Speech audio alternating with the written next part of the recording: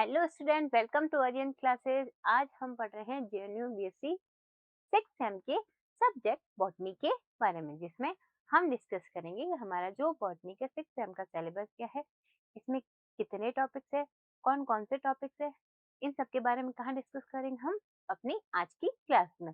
तो देखते हैं हमारा सिक्स सेम बॉटनी का सिलेबस। देखो, बीएससी सिक्स सेम का जो सिलेबस है उसमें बहुत सारे कोर्स है, बट हम जो क्या पढ़ रहे हैं, हम जो अपना आज की क्लास में फर्स्ट कोर्स जो है हमारा किससे रिलेटेड है, बायोकेमिस्ट्री एंड प्लांट मेटाबॉलिज्म, उसके बारे में पढ़ेंगे। तो देखो, आपने ना फोर्थ सेम पढ़ा होगा। फोर्थ सेम में हमारे पास में एक यूनिट थी प्लांट फिजियोलॉजी, यानी कि पादप कार्य की। उसमें हमने क्या पढ़ा था कि प्लांट्स के बारे में पढ़ा था कि वो कैसे फर्दर उनके अंदर ग्लाइकोलाइसिस, क्रेब्स चक्कर, कार्बन ऑक्सीकरण, ये सब हमने कहाँ पढ़ा था, फोर्थ सेम के प्लांट फिजियोलॉजी के बारे में। जो आपने प्लांट फिजियोलॉजी पढ़ी थी पादप कार्य की, वो वही उसी के बारे में आपको एक्सटेंड रूप में कहाँ पढ़ने को मिलेगा, बीएससी सिक्स सेम के अंतर्गत। जो वहाँ पे एक या दो यूनिट थी, वो यहाँ आके फर्दर कितने यूनिट्स में डिवाइड हो गई है, 5 यूनिट में। यानी कि अब आपको जो पहले आप 2 यूनिट में पढ़ रहे थे प्लांट फिजियो, वो सेम आपको 5 यूनिट में पढ़ना है। किसके अंतर्गत आ रहा है वो, बायोकेम एंड प्लांट मेटाबॉलिज्म के अंतर्गत, यानी कि जैव रसायन और पादप उपाचक के अंतर्गत क्या आता है हमारा बॉटनी सिक्स सेम का सिलेबस। जिसमें फर्स्ट जो यूनिट आती है हमारी, वो किससे रिलेटेड है, एक तो है प्लांट वाटर एनालिसिस से, यानी कि हमें पढ़ना है कि पादप और जल का संबंध कैसे होता है। फिर सेकंड आता है खनिज पोषण। क्या आता है, खनिज पोषण, किसमें, हमारे बीएससी सिक्स सेम के बॉटनी के सिलेबस के बारे में। जिसमें फर्स्ट हमें पढ़ना है किसमें, पादप जल संबंध में, जल विभव कैसे होता है, उसके घटक, जड़ों द्वारा जल का अवशोषण कैसे होता है, फिर फर्दर आगे ये कैसे अन्य पार्ट में स्थानांतरण करते हैं। फिर हमें पढ़ना है इसमें सहजीव और सिम्प्लास्ट के बारे में, अपजीव एपोप्लास्ट एक्वापोरिन के माध्यम से जल का संवहन कैसे हुआ। इसमें मूल दाब क्या होते हैं, बिंदु स्त्राव, रसारोहण, सर्जन तनाव सिद्धांत, वाष्प उत्सर्जन कैसे हुआ, वाष्प उत्सर्जन को प्रभावित किन कारक ने किया, वाष्प उत्सर्जन रोधी कौन से हैं। तो ये सब हम किसके अंदर पढ़ते हैं, वाटर जो है प्लांट वाटर रिलेशन के अंतर्गत हम क्या पढ़ते हैं, इन सब के बारे में।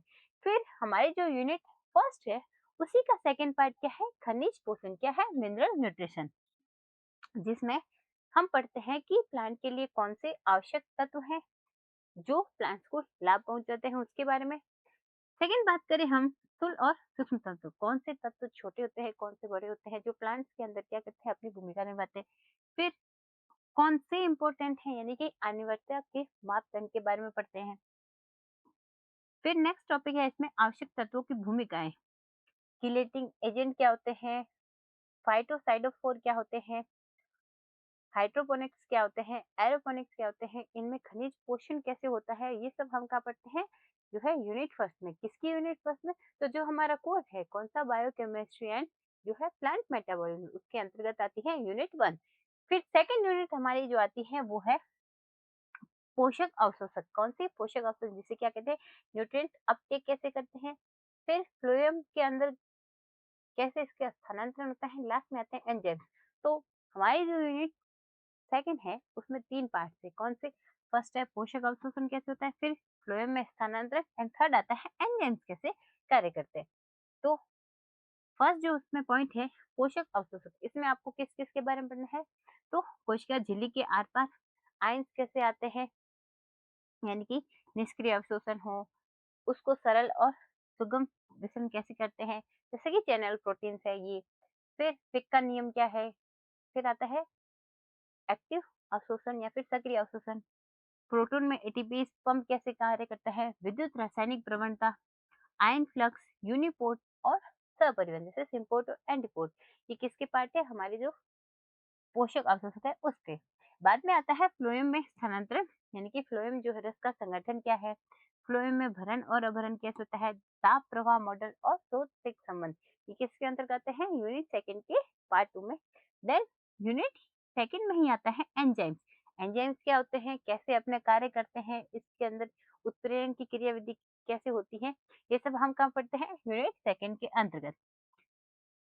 फिर थर्ड आती है हमारी यूनिट, इसमें हम पढ़ते हैं कि कार्बन ऑक्सीकरण कैसे होता है, प्रकाश संश्लेषण कैसे होता है एंड नाइट्रोजन उपापचय कैसे होता है, ये सब हम क्या पढ़ते हैं यूनिट थर्ड के अंतर्गत। अब यूनिट थर्ड में हमारा जो फर्स्ट पार्ट है क्या है, कार्बन ऑक्सीकरण, जिसमें हम पढ़ते हैं क्रेब्स साइकिल, ग्लाइकोलाइसिस, किण्वन, ऑक्सीडेटिव पेंटोज फॉस्फेट पद, क्रेब्स चक्र का नियमन कैसे होता है, ऑक्सीडेटिव फॉस्फोरिलीकरण क्या है, एटीपी सिंथेसिस क्या है, रसोसोमोटिक क्रियाविधि क्या है, श्वसन को प्रभावित कौन करते हैं यानी कि रेस्पिरेशन को कौन से फैक्टर्स है जो प्रभावित करते हैं, तो ये हम सब कहाँ पढ़ते हैं कार्बन ऑक्सीकरण के अंतर्गत। फिर सेकंड आता है फोटोसिंथेसिस, क्या आता है, जो फोटोसिंथेसिस होता है उसमें वर्णक किस तरह अपनी भूमिका निभाते हैं, जो चक्रीय और अचक्रीय प्रकाश अभिक्रिया होती है, लाइट रिएक्शंस डार्क वाली, वो कैसे होती है। फिर C3C4 प्लांट्स क्या होते हैं, इन दोनों में डिफरेंस क्या है, CAM यानी कि कार्बन स्थिरीकरण और उसका महत्व किसके अंतर्गत आता है, प्रकाश संश्लेषण जो हमारा पार्ट 2 था किसके अंतर्गत, यूनिट थर्ड के अंदर, उसके अंतर्गत।